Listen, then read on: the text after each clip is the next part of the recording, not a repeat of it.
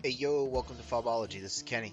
In this video I'm going to go over the basics of command assets. Lately I've been seeing newer players grab commander when nobody else is taking it, so I thought I would make this guide on how the basics of the commander assets work and how I typically manage them. In a typical scenario, one person or multiple people run for commander at the beginning of the match and a vote process takes place. As soon as the vote is complete, a commander is assigned and the cooldowns for all the command assets begin. Once spawned in, you can see the status of all these cooldowns by clicking the support button at the top left of the main caps menu. The cooldowns that we want to focus on in this screen is the UAV recon, the airstrike, and the two arty barrages. The UAV has a cooldown of 10 minutes, the airstrike has a cooldown of 15 minutes, and each arty has a cooldown of 30 minutes. Regardless of the status of the cooldown of any three of the rocket strike or the two arty barrages, if you call one of those three, the other two go to an immediate cooldown of 15 minutes. So in other words, you will never be able to call in any of those three within 15 minutes apart from each other. I will go over this in more detail when I explain how I manage the assets, but for now, let's go over the details and the basics of how the UAV recon works.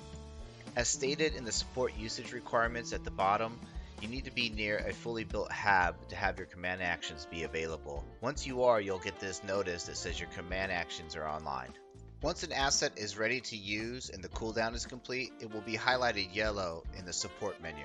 To run the UAV, just open your map and right click where you want it to go as you see on the screen now. Next, you will have to choose how big of a diameter you want the UAV to fly in, ranging from 200 to 500 meters.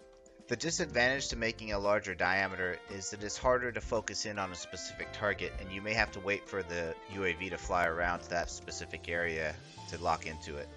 With the smaller diameter, it's easier to control the camera on the UAV, however obviously you can't see quite as far. Typically, if I have a good idea of where my target is, I'll make it a smaller diameter, put it right over the target so that I can get locked onto it faster. In the example I'm replaying on the screen now, I'm making it a larger 500 meter diameter because I want to find and mark multiple habs for the mortars that are running.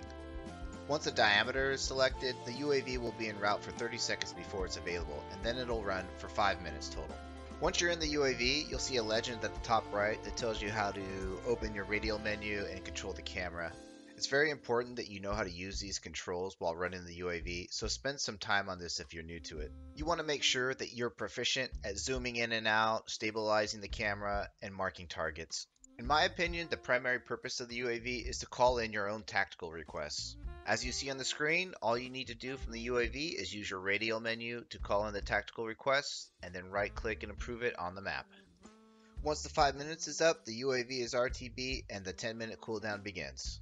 Okay, so now let's talk about how I typically manage the command assets. I usually try to use the airstrike and arty assets as soon as they're available so that I can get maximum effect during the match.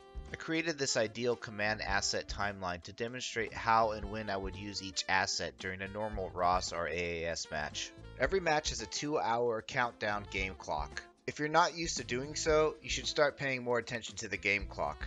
The game clock is always available at the top of the main caps menu right next to the ticket count. My goal is to use as many assets as possible. If managed correctly, I will be able to use an asset every 15 minutes. The screenshots you see now are to demonstrate the 15-minute cooldown. Here in this example, with a game clock of 117, I have all assets available and elect to use a static barrage. Fast forward 7 minutes from when I called the static barrage, the airstrike and creeping barrage that were available are now halfway through a 15-minute cooldown and the static barrage is working through its 30-minute cooldown. In this example here, at game clock 139, you can see my airstrike is available and my arty clocks are at 12:43. Less than 2 minutes later, at game clock 137, the airstrike is en route, however the arty cooldowns have been pushed back to 15 minutes. In example number 3, you can see that my airstrike is available and that it's been available for 11 minutes because I'm only 4 minutes away from my artillery.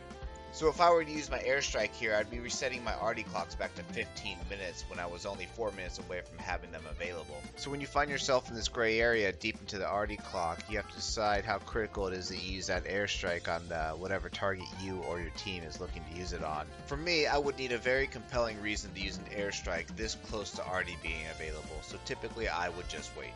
So back to the ideal command asset timeline.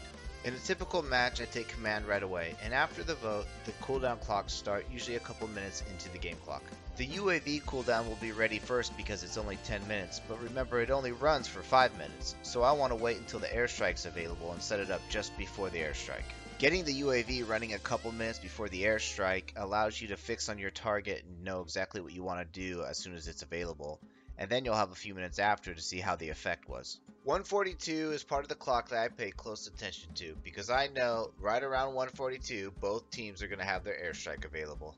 After my initial airstrike at 42, my first RD is usually available around 27, 15 minutes later. So here again, I want to get my UAV up a few minutes before the RD is available so I can scan for targets, so I'll usually get it up around 29 as you see. Then it's just rinse and repeat. If the game goes on long enough, I'll be able to use a third asset using my second RD.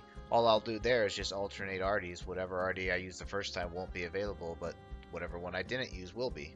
Things aren't always this precise or smooth as things come up, but when I'm playing as command, these are marks that I try to hit and goals I try to hit because that third asset usually is a game changer in a very close match. Certainly a good argument could be made that these times don't matter as much as setting up for an attack and timing things correctly with your attacking infantry.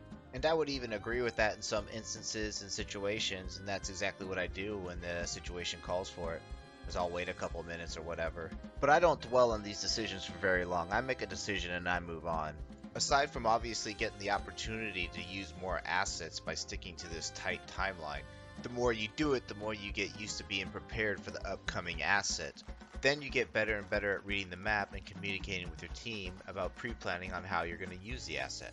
Some of the weaker traits I've seen of inexperienced commanders is lack of decision making. I see a lot of commanders just fail to make a decision and wait too long in the match and almost don't use any assets. Or poor time management. They don't understand the timing of these assets and the cooldowns, so they don't show up at a hab when they need to call in the assets. Another one would be poor map reading skills. I see people put UAVs in really goofy spots that don't make a lot of sense. Probably the worst trait I see quite often is the guy that doesn't even consider this his job to get these things done. I see people take command a lot and just say, hey guys, let me know if you need an airstrike. And they don't even consider it their job to make sure these assets get used unless somebody on the team asks for it. So if you're new to all this and you're struggling to make a read on the situations, I recommend you try to follow this timeline as close as possible. Tell your team, hey, this is available, let's use it. What do you guys got going on? Where are they spawning?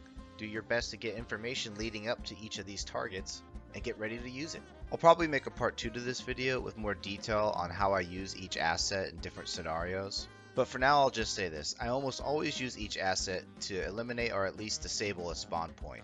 So typically I look for a hab and that's what I want to hit, whether it's RD or an airstrike. If you haven't figured it out yet, all this game really is spawn points. The better players learn how to make more spawn points and kill the enemy spawn points. My strat used to be to hit the radio first, but since they introduced the radio bleed out system, I started going for the hab. Because if you hit the radio, it'll start bleeding out, and any person on their team with a shovel can run up and dig it back and save their fob. If you hit the hab and get rid of it entirely, it forces them to have more supplies and a squad leader to place a new one. So I just think it's more difficult to recover from. I have a lot more thoughts on this that I'll cover in another video like I said before. The goals of this video were simply to explain the basic mechanics of the UAV and then the timing of the cooldown so you can make informed decisions about calling in your assets.